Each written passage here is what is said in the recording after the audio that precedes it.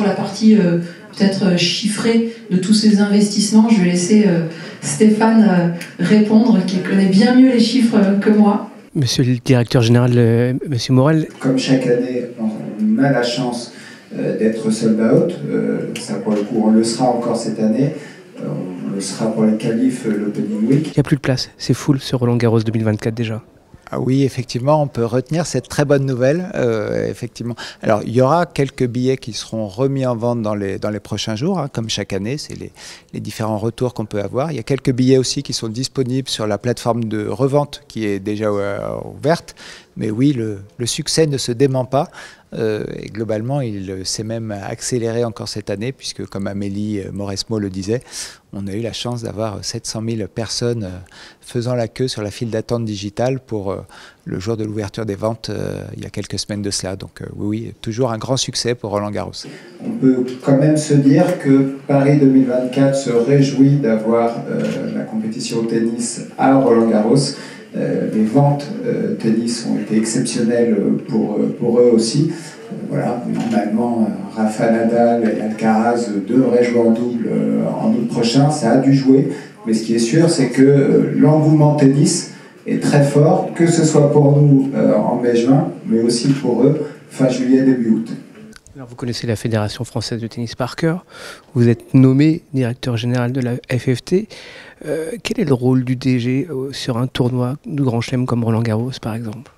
Alors pour le coup, connaître la fédération par cœur, je ne sais pas, mais en tout cas c'est vrai que ça fait plus de 6 ans maintenant que je suis au sein de cette belle maison.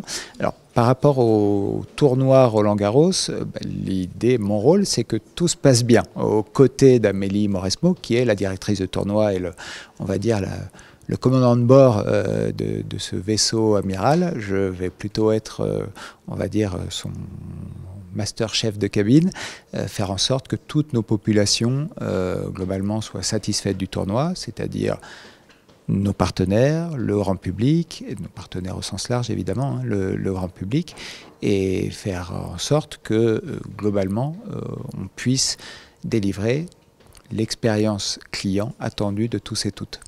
Par rapport à l'an dernier, quelles sont les sources de revenus additionnels? Alors oui, il y a une partie billetterie, donc pour le coup, que ce soit pour les qualifs, l'Opening Week, ou pour le reste du tournoi, alors même si c'est le même nombre de spectateurs, il y a une toute petite évolution qui est liée à l'inflation, hein, essentiellement.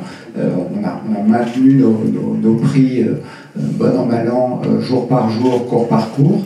Et puis ensuite, par rapport aux autres sources de revenus, il y a les droits télé, les droits médias. C'est notre première source de revenus historiquement. C'est 38% du chiffre d'affaires de Roland-Garros.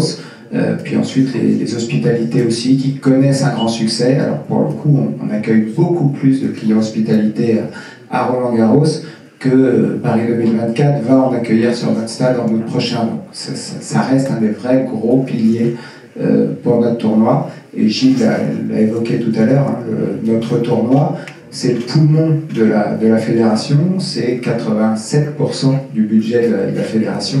Donc tous ces surcroîts de revenus aident au tennis français de toute façon à l'année. Et oui, on peut se réjouir de la bonne forme économique du tournoi, c'est certain. Pour confirmer la bonne forme du tennis au sein de la famille donc de la Fédération française, d'abord on a un système de billetterie où on réserve un quota de place pour les licenciés. Jusqu'à il y a 2 ans, ce quota n'était pas atteint, donc les licenciés ne réservaient pas la totalité. Depuis 2 ans, les licenciés réservent 100% des places qui leur sont attribuées. Et en plus de ça, en termes de billetterie, on a un tarif à moins 10% pour les licenciés. Donc ils sont à la fois prioritaires et derrière, ils ont un tarif préférentiel pour venir à Roland-Garros. Quelles sont les craintes qu'on peut avoir pour ce Roland-Garros 2024, si on peut en avoir? Alors, pour le coup, il y a toujours un aléa météo. C'est toujours mieux d'avoir un tournoi sous le soleil comme l'an dernier, avec 3 semaines de suite de grand beau par rapport à 3 semaines de pluie ou de froid. Donc évidemment, on ne peut pas le contrôler. On essaie de limiter cet impact avec notre deuxième toit, et donc ces 25 000 personnes qui aujourd'hui seront protégées de toute intempérie. Ça rassure ça, hein, de toi? Oui, ça rassure. Alors ça rassure au niveau de l'expérience client que j'évoquais, mais ça rassure aussi et surtout la fédération en tant qu'organisateur, puisque évidemment, en termes de programmation sportive, ça nous permet d'assurer le bon déroulement du tournoi, du premier jour jusqu'au dernier, en tout cas sur nos 2 cours principaux. Donc oui, ça rassure forcément. Par rapport aux autres craintes, pour le coup, on a celles que nous avons chaque année, c'est-à-dire que globalement, il y ait des problèmes de flux, de sécurité ou autre, et on fait tout pour que globalement tout se passe pour le mieux. Et puis ensuite, au niveau sportif, il faut que le spectacle soit le meilleur possible. Donc ça veut dire que nous souhaitons que les meilleurs joueurs, les meilleures joueuses puissent disputer le tournoi dans leur meilleure forme possible. Et c'est pareil, c'est un aléa qu'on ne peut pas contrôler. Alors pour le pourcentage partenariat, c'est 20% du chiffre d'affaires de la maison par rapport à ce que je vous disais tout à l'heure. Donc par rapport aux 38% que représentaient les médias. Une dernière question. Dès que ce Roland-Garros 2024 va se terminer, il va falloir préparer le stade pour les Jeux Olympiques de Paris 2024. Comment ça va s'organiser concrètement ? Alors ça s'organise en pleine collaboration avec les équipes de Paris 2024 et notre équipe dédiée au sein de la fédération qui s'occupe de cette compétition JO, puisque nous avons la chance d'organiser la compétition tennis de Paris 2024. Donc globalement, le planning est calé à la demi-journée près. Les équipes de Paris 2024, dès le 15 juin, donc quelques jours après la finale, arrivent dans les lieux. Le 30 juin, le gros des troupes de la fédération quitte le stade et remet les clés à Paris 2024. Et pour que, globalement, entre le 30 juin et le 27 juillet, début des JO, tout soit prêt pour le tennis dans un premier temps. Puis ensuite, comme vous le savez, il y a la boxe. Il y aura un jour off entre la fin du tennis Paris 2024 et les phases finales de la boxe. Et dans cette journée off, il faudra transformer le cours Philippe Chatrier d'un terrain de tennis à un ring de boxe. Et ça, pour le coup, il y a eu des répétitions. Les équipes sont prêtes, motivées, et ça va être un beau challenge pour tous et toutes, mais on a hâte. Il paraîtrait qu'on ne va pas reconnaître Roland-Garros.